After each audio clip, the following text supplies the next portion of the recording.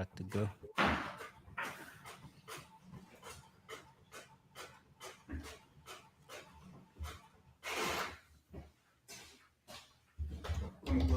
Yeah.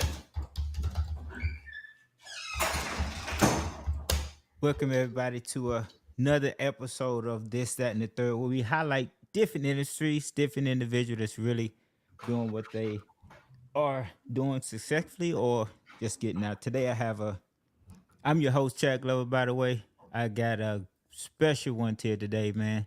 Somebody I extremely look up to, has helped me out a ton in this business as well and doing way more than he actually puts on. Abraham Gray, everybody. Um, What's going on, what's Chad? up, man? Good to have Yeah. you on. This is a definitely I had to make sure that I get those who, again, that has influenced me, had a ton of inspiration when it comes to this journey I'm on, and you know where you facing it, but the people don't know. So today Yeah. I get Yeah. the opportunity We, to, we have some of the coolest deals we did together. yeah, absolutely. I had to bring that up for sure. So I had to move my studio around due to some technical difficulties. Again, I'm trying to get my team on pass, but we're gonna make it work regardless. So, Yeah. but Abraham, a ton of information I can get into, man. But first off, I have to say, like, super grateful just to have you as a person I can reach out to, yeah. But other just an individual that's authentic, like yourself, and that's things that I look to with people that I'm really look up to and aspire to become even, cause you like way light years ahead, but you never betray it like that. You would never know. So I appreciate, just grateful for you allowing me a little bit of part inside of your world, man. Yeah. A Well, I like hundred being a percent. part of yours too. So it's cool. It works out for both of us. Yeah, absolutely. So, Abraham, you've been doing this for a while, man. One thing I want to highlight, I was trying to have the hat, so also this thing supposed to flash across, but again, a ton of technical difficulty right now. Mhm. But in terms of your origin story, like how you getting started, how long you been basically doing what you're doing, because if y'all don't see, he has like one, two, three, four placards in back of him. Those are all his businesses Yeah. I right got. there. I You got. know, My whole room. My whole room is full now. Like, let's see here. yeah. Uh, it goes around like the whole thing. There's like, yeah, these are all different businesses. Yeah. So in terms of getting started and how what made you, I know your origin in terms of like the We Buy Gold and things like that early on, but what was that and how like instrumental was just people that you come across, those who may have helped you along that journey? Yeah, no, people are real important. I mean, you have to be around the right people. If you're around the wrong people, you're going to go down a bad path. So, early on when I was a young kid, I mean, I did hang around a bunch of bad people and I got in trouble a lot. But luckily, I switched to who I was hanging out with, and then started hanging out with entrepreneurs and people that were doing good in their life. I learned from them, and luckily, I went down that path. But yeah, I mean, when I first started, I learned from tons of people in business. Then eventually, I had someone that got me into real estate back in probably like 1998 is when I bought my first property. So I started hanging out with this real estate person that got me into real estate then, and learned a lot. And then just kept meeting new more and more people, and Mhm. grew better just from learning from everybody. Yeah, and in terms of like when it comes to the business, was it business you first got into, or was it like real estate? I know it was kind of the Yeah, intertwined. business was way before real estate. I started my first business in 1990, and I didn't buy my first property until in 1998. Mm. Interesting. So that's kind of different because the my journey was on this side of it was the real estate intro, and it was Yeah. look at real estate as like the means and business as the end. I always seen like businesses Yeah, most similar when it people. I comes. mean, if you talk to most people started in real estate and then got into business. But it just depends on who you were around when you were younger and when you start. If you're around people that do business, you're going to start with business. If you're around people Mm, that do real estate, you can start with real estate. It just so happens that 100 times more people do real estate than business. So and it's easier to talk to those people. The real estate people, they have meetups, they have all these different things. You know, it's easier to get in that network and talk to them. But yeah, I mean, if you're around a lot of people that do a lot of business, you might start with business, but it's typically real estate and then business. Yeah. So when you got into that world, was it just like going out to certain places, or just people may that you just was around, family, friends, just say, hey, I want to kind of introduce you like that. For someone that's not into those words, how would you say to even begin to tap into that? I mean, the way I got into business was just finding something that I really enjoyed, that I was passionate about, that I knew a lot about, and I turned it into a business. And then once I turned it into a business, I started being around a lot of other business people that were doing something similar to me. And that's how I learned from how other people were doing it. You know, I knew my way, but then I found all these other successful people and I just copied a little bit off everybody and took the best of everything and then grew my business using the best strategies that everybody else had. Yeah. And no, and in terms of like acquisitions, when you're speaking of those different strategies and finding your own and what works for you, how important is that though? It's like because some people would like see something that works and just say, "Oh, I would just want to try that thing," rather than tapping into what you said, something that you like. So identifying that and then applying that to strategies. How would you go about like picking up something that you actually want to do, and then how to acquire it when you just starting out? Yeah, I mean, again, you should always pick something that you're, passionate about, that you know a lot about. And then, once you see how you're doing with that, you should really go all in and do way more on that because that's what you're, making money on and what you're doing. But eventually you're going to see other people that are successful in other stuff. And, you've got to learn from them and figure out ways to branch out and do some other things. But most people that are very successful, they pick like one or two things that they're really good at. And that's kind of what they do. They don't do like 100 things. I know a lot of people talk Hmm. about shiny object syndrome and all that. They start doing all these different things. Those are probably people that are least successful in general. Like all the richest people and all the most successful people, they don't really do a whole lot of different things. They do like one or two things, very few things, and just are really good at it and just pound away at those things. Mm. Doubling down on what your strength is, not worried about jumping everywhere else because it look good and maybe can make money, but just Yeah, basically focus on what is making money and like go hard in it basically. yeah, no, 100%. Someone's not gonna hold on. Yeah, open the door's open. Yeah, here. Sorry, it's crazy. This Yeah. guy. Yeah, no All right. worries.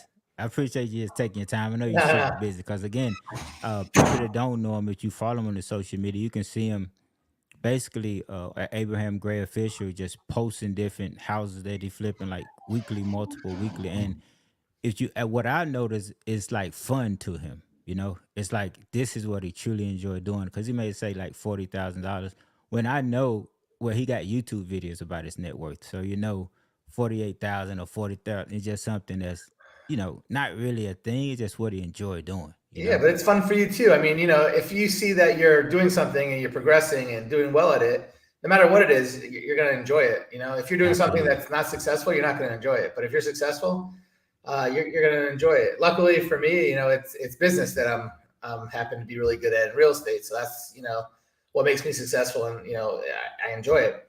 But Yeah. there's plenty of things that everyone else is good at that I suck at, and that's not super enjoyable to me. Yeah. Luckily, I have the right things that I'm good at that make me, a lot of money. What would be like one of those things you would say that really gets you to where you are in terms of just your strength? I know I'm very, I'm underwriting. I very. know I think one of the most important things, and one of my strengths, is I'm really, really good at talking with people. I can talk to any type of person, anytime, and get them to like me. So Mm-hmm. if you could get someone to like you, you pretty much can do whatever you want. So I'm really good at getting people to like me, but I'm also very creative. I could come up with tons and tons of different ways to do something that most people can't figure out more than one or two ways. So that helps me be able to solve problems that other people can't solve, and that's ultimately what's going to make you more money and get other people to like you. And again, if you could get people to like you, they're going to do whatever you want, and you got to be good with talking with people and coming up with solutions for everything. And those are probably my two biggest traits that I'm good at. Yeah, I would totally agree. How they say that people do like to do business with those who do business, but also with those that they like, Hmm. and they do more repeat business with those that they actually have some type of connection and actually Yeah, like them. So I 100%. totally If you get if you you. don't like someone, you're never going to want to deal with them again. You're never going to answer their calls. You're never going to do. I mean, you have to like them, and the Hmm. more you like them, the more you're going to do stuff with them and refer people to them and everything else. So that's how you grow. Yeah. In terms of like your business, because I know you last we spoke, you was talking about how you're just gonna basically turn it up more with just buying more businesses like the Mhm. Put Nation and Launchpad, all of these things. Like I can go on and on. You kind of showed your board. How Yeah. would you be going about it?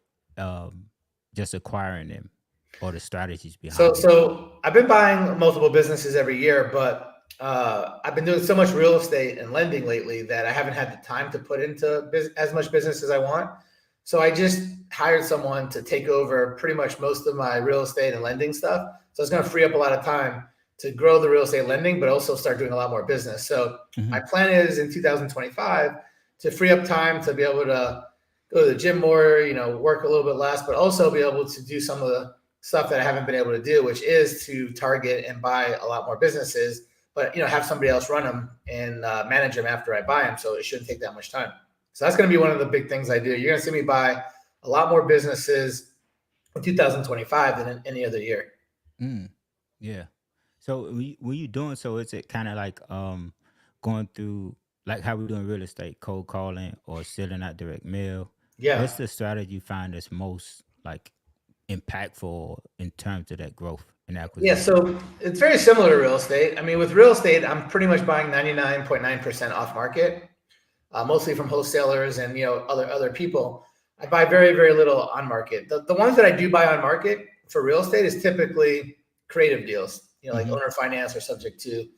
But in business, I probably buy maybe at this point 75% off market and 25% on market. So it's a lot more on market, 25%. But the trick is in real estate, if there's deals out there, people are making offers, and there's a million people that want to buy every property. In business, there's not many people that want to buy businesses, so there's not much, people that you're bidding against or have to compete against. So with business, what I notice is that most businesses don't sell. Over 90% don't even sell. So what I like to do is on the on market ones, look for businesses that have been around for a year or longer than a year on market, and then you have really motivated sellers. And if the people really want to sell and it's been up there for a year and they haven't had any offers or haven't been able to sell it, those are the businesses that I do very well buying. Almost every business I've bought on market has been listed for close to a year or longer, and those Mm-hmm. are very motivated sellers. And then of course I do all the same stuff. The other 75% I buy off market. I have email campaigns and cold calling campaigns, but I have a really really good letter campaign. My letter campaign, sending letters to people, Mm-hmm. probably buys more businesses than any other. But I also look on LinkedIn. You could connect with a lot of different business owners. I have someone in my office when I'm very aggressively trying to buy businesses that goes through different systems and creates all the businesses in certain areas and certain niches that I'm looking for. And they we do all kinds of different campaign blasts to those type of people to try to buy them. Mm. Yes, I seen some of those letter campaigns, super creative, and I Yeah. think you was putting whatever the industry is, kind of some picture or something attached to it that kind of Yeah, makes I me, have I oh, have I like crazy that. letters. I have a bunch here in my office, but yeah, I mean, if I'm trying to buy a plumbing company, it's shaped like a toilet or it's shaped Hmm. like a toilet paper or whatever, and then everyone reads it, everyone opens it. They're curious. When I bought trophies, the letters look like a trophy. When I bought, trophy stores, right? When I bought Hmm. gyms, they look like barbells. When I bought landscape companies, they're shaped like a fence or grass or whatever it is. So I make it very similar to the industry, and then pretty much every single one I send out gets open. So I get a very high callback rate or email back rate. Yeah, absolutely. And when it comes to just off market, it just deals with having that org chart. So in terms of like how your things are structured for someone, yourself is scaled out. So you have yourself, like you just described, someone that's doing outreach for you, someone that possibly underwriting the deals, as well as yourself. So it sounds like multiple people Yeah, I involved. probably underwrite everything. So really, I don't have a big team. that's like in the office, I would say that I have a partner in most of my businesses, and we split the task between us. So I'm the one that finds the deals, underwrites the deals, negotiates the deals, talks to all the sellers. And then once I buy it and I get a good deal, then I have another partner that operates everything. So my operating partner operates everything, and then I have another partner that probably does the legal and the accounting and different strategy and stuff like that. But it depends on the business. Some business I have one partner, some business I have multiple partners, and I have different partners in different businesses. So it just depends on what business I'm buying and what partner I have that's good for that type of business. And I get new partners all the time. I've done plenty of business masterminds over the years. I started doing them in 2020. I've partnered with multiple people that have come to masterminds I didn't even know when they came, and now I'm partners with them. I have partners in all over the place just from people coming to these masterminds, and we own businesses together. So that's kind of cool too. Yeah, just being in the right room. Yeah. I think that's super, super important. Just being the one that's out there, even if you're just getting started, like no one that's never done a business or bought a business or even real estate. Even I think partnership is the way to go. Just with people that's more experienced and just bringing a skill set to it. 100%. If you're not comfortable or you're very new at something, get with someone that's done it, that's good at it, and partner with them, and then you'll learn from them, and you guys will make money together, and eventually you could do it on your own once you know enough. Absolutely. It's kind of like it's super like how I met you prior to the deal we done, but we didn't get like it's where we are now or the Yeah. progression of it until the deal.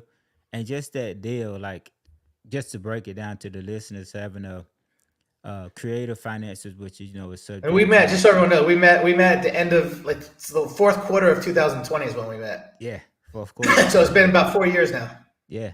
So how long it was. And I'm the type that is me is I was like, oh, how can I bring you value to someone? What can I do for someone better than I don't want to never be the one that like, hey, what you have for me? What can you teach me? Whatever. I always trying to bring something.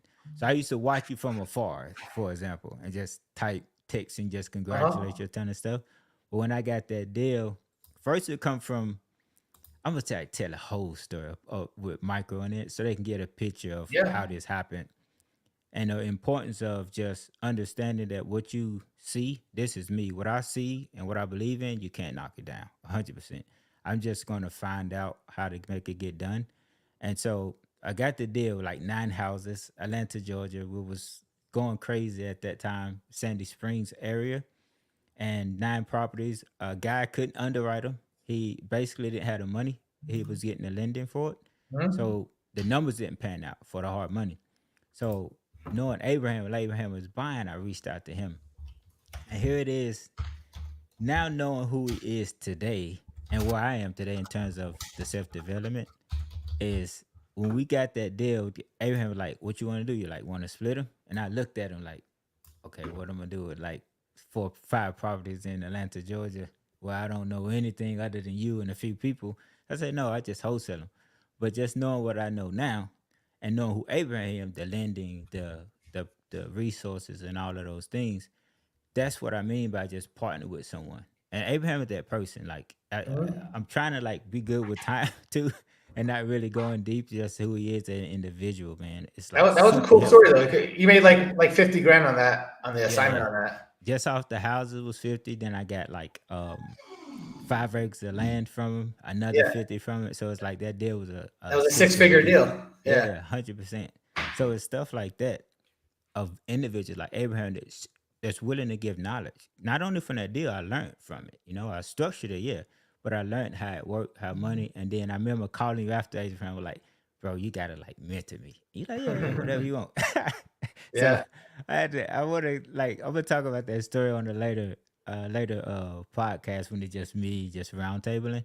Yeah. But how like when you get deals like that and it's like these big packages, how cool is it that you had the resources and just intuitive to know what's the deal and what the value is at that time? It's really important to be able to underwrite deals. So if you know to underwrite deals, you can buy anything if it's a good deal. And we went back and forth. We changed the terms a few times with the seller, and I just knew it was a good deal, so I was able to buy it. This particular deal, I don't think anyone was able to buy because it was like almost $1 million cash to Yeah. close, right? Mm-hmm. Yeah, it was So big. this is like over $5 million deal or something. It was a close to a $5 million deal, but we needed like close to 100,000 to close, maybe just a little bit. I mean, close to $1 million to close, Yeah. a little bit under. So nobody really had that. But yeah, luckily I made a lot of money over my years, and I always have whatever money I need to buy any deal. Like I could never be, if it's a good deal, I'll have the money, you know? So I always keep, a few $1 million laying around for whatever.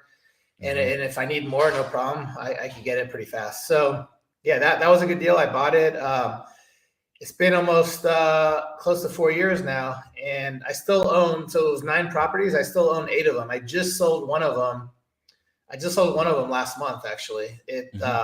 I was renting it the whole time. Somebody moved out, and the house was just destroyed. It had all kinds of problems. I didn't want to fix it, so I sold that one, but I still have the other 8. The other 8 I'll probably keep for a long, long time. Yeah. It was a good area, like from where it's at for Great area. 100%. It's right where I live. So Yeah. Mm-hmm. it's a really good area. Yeah.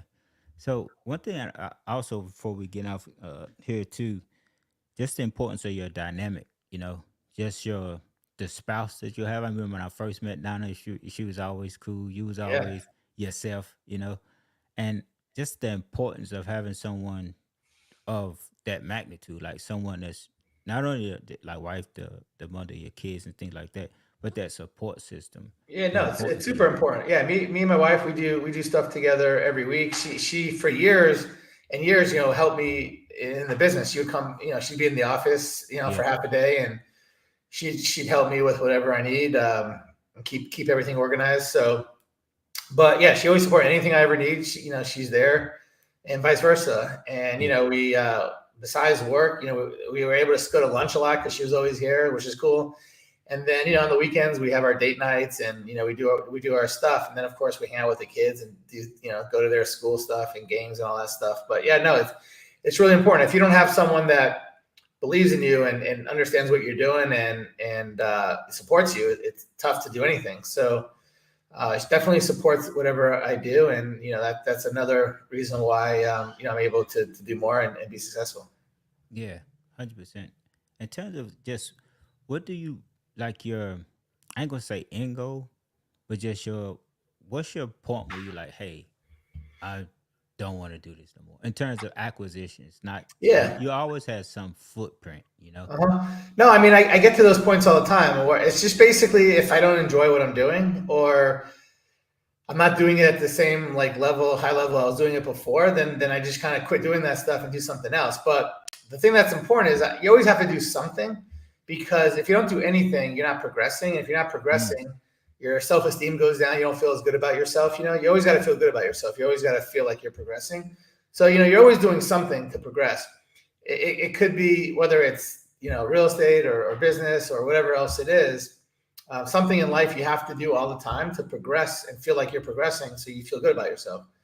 But yeah, you don't have to do it on a bigger scale. As long as you're progressing a little bit, I think that's fine. So I'm always going to be doing something, but if I'm doing something and I don't enjoy it anymore, that's when I kind of stop doing it.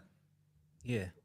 Oh, that's interesting. Kind of like if you're not growing, you're basically dying. How they say, Yeah. you know. Yeah. And if you look at any of the most successful people, I don't care who the richest people in the world are, Elon Musk or Jeff Bezos, and all these different people, they don't ever quit working. They always Hmm. do something, and it's not because they need the money. They don't need the money, but like if they don't feel that they're progressing or helping other people or doing something that makes sense, for their life, at that point, that's when you start, getting sick and dying, and you're Hmm. worthless. So you don't Hmm. feel good about yourself. You got to feel good about yourself. So everyone keeps going and keeps doing stuff, and that's really important to always do, no matter what. Yeah, that's so interesting because I had an analysis like Warren Buffett. That's someone I look at, and he's Well, older, but he still do things. And I feel it's just what you just said. as soon as he quits doing something, he's going to die really soon after, Yeah. because you don't feel good about yourself. When you don't feel good about yourself, your health goes away, your Hmm. your motivation goes away, everything goes away, and then eventually you die a lot faster, and you get in worse shape. And you've got to feel like you're helping people, helping yourself, progressing, making the world better. Yeah, 100%. It makes total sense. Like I'm the same way. It's like if I do this because one, I love it, and I Mhm. wanted to start a podcast to introduce the world to people like yourself and everyone else that may come on that's not privy to it. Like coming from where I come from to where I'm at today, and got so far of things I want to accomplish, just to highlight that. And individuals yourself. To know like, hey, you don't have to limit yourself. Like, don't think just because where you begin is how you end. That's what I always Mhm. tell anybody I come in contact with. For And it's sure. kind of like, your story, too. Is how your beginning is different from where you ending up at. Yeah, But you progress and you change every year, all the time. hmm As you hang around different people and learn more, you're gonna progress and do stuff better and do stuff differently. yeah, how can I know you got a lot of workshops and things like that coming up? How can they tap into it? Because I think, especially the business mind, I know you're gonna be doing a lot of other Yeah. different stuff, and you super helpful. Like if they was to DM you or whatever, you gonna find Yeah, ways to I like. answer everybody. I answer all my emails and messages. But yeah, I Mm, mean, to get a hold of me, obviously they can email me. My email is abraham@mmaatl.com. But you could friend me on, follow me on Facebook, Instagram, YouTube, all these different things. And I respond to every message, and you can see kind of what I'm up to. And, we could potentially do stuff together in the future. Absolutely. So, guys, I ain't gonna take up too much of Abraham time, like 100%. I got a ton of the stuff I'm of do a later on with him, probably Yeah. in person that we're gonna Okay. do. Just I want to like highlight some stuff, probably whiteboard it out to let us see. We can't really do that here. You can only like listen to us, but Uh-huh. understand business. You can do it. Same thing as real estate, same type of strategies. Kind of walk us through, if you have time, a deal that you've just acquired and like the structuring of it, like how you acquired it, how you structure it, and what's the Yeah. plan So with I it. just bought like 5 weeks ago, 6 weeks ago, I bought a tree company, Hmm. and it cuts trees and does all that. So it was actually somebody I bought it with somebody. So I'm partners with someone, and the person I bought it with came to one of my business buying masterminds and he came to me after it was over. He's like, I want to buy. Can you help me try to buy my my boss's company? I was like, yeah. So we worked on trying to buy his company, and it was a totally done deal. And like a week or so before we were supposed to close, the guy backed out and flaked on him and everything else. So since then, we've been trying to buy other tree companies.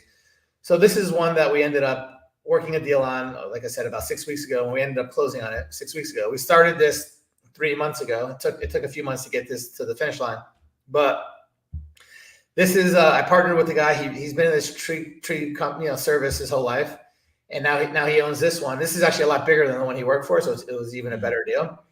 And the way I structured it is that he's going to run it, operate it, and he's going to get 50% for doing that, Mm. and I'm getting 50% for helping him find it and put the deal together, and then coming up with the money needed to buy it. So I didn't even have to use any of my own money. I found an investor that gave me the down payment money for a percentage. So originally it was 50% mine and 50% my partner Nick. I gave the person that came up with the money a certain percent of mine to come up with the money. So the Hmm. deal was, it was a $1.5 million deal. That's what we paid for it, and I got the owner to finance 85%. Mm. So I had to come up with 15%. And the way I did that was I gave I gave someone the option to put up to 15% and own 15% of the company. So basically, now I own 35%. This person owns 15. Nick owns 50. But we didn't have to come up with any money. We got this. And what's crazy is all these hurricanes came through a week or two after we bought this company, Right. like crazy hurricanes, like two really. And this so the company I bought has been like 10 times busier than normal, and they've just been making crazy. We probably made I don't know, way more money than we were supposed to in the first month and a half that we had it. But again, there was so much emergency Hmm. services with hurricane, and this is actually hurricane time, so a lot more storms and hurricanes will probably happen over the next month or so. But so this is the busy time. But yeah, it was great timing when we bought it and closed on it. And right now we're looking to buy other companies that are similar to ours near us, so we could bolt on and have more crews, have more equipment, and grow the company that way.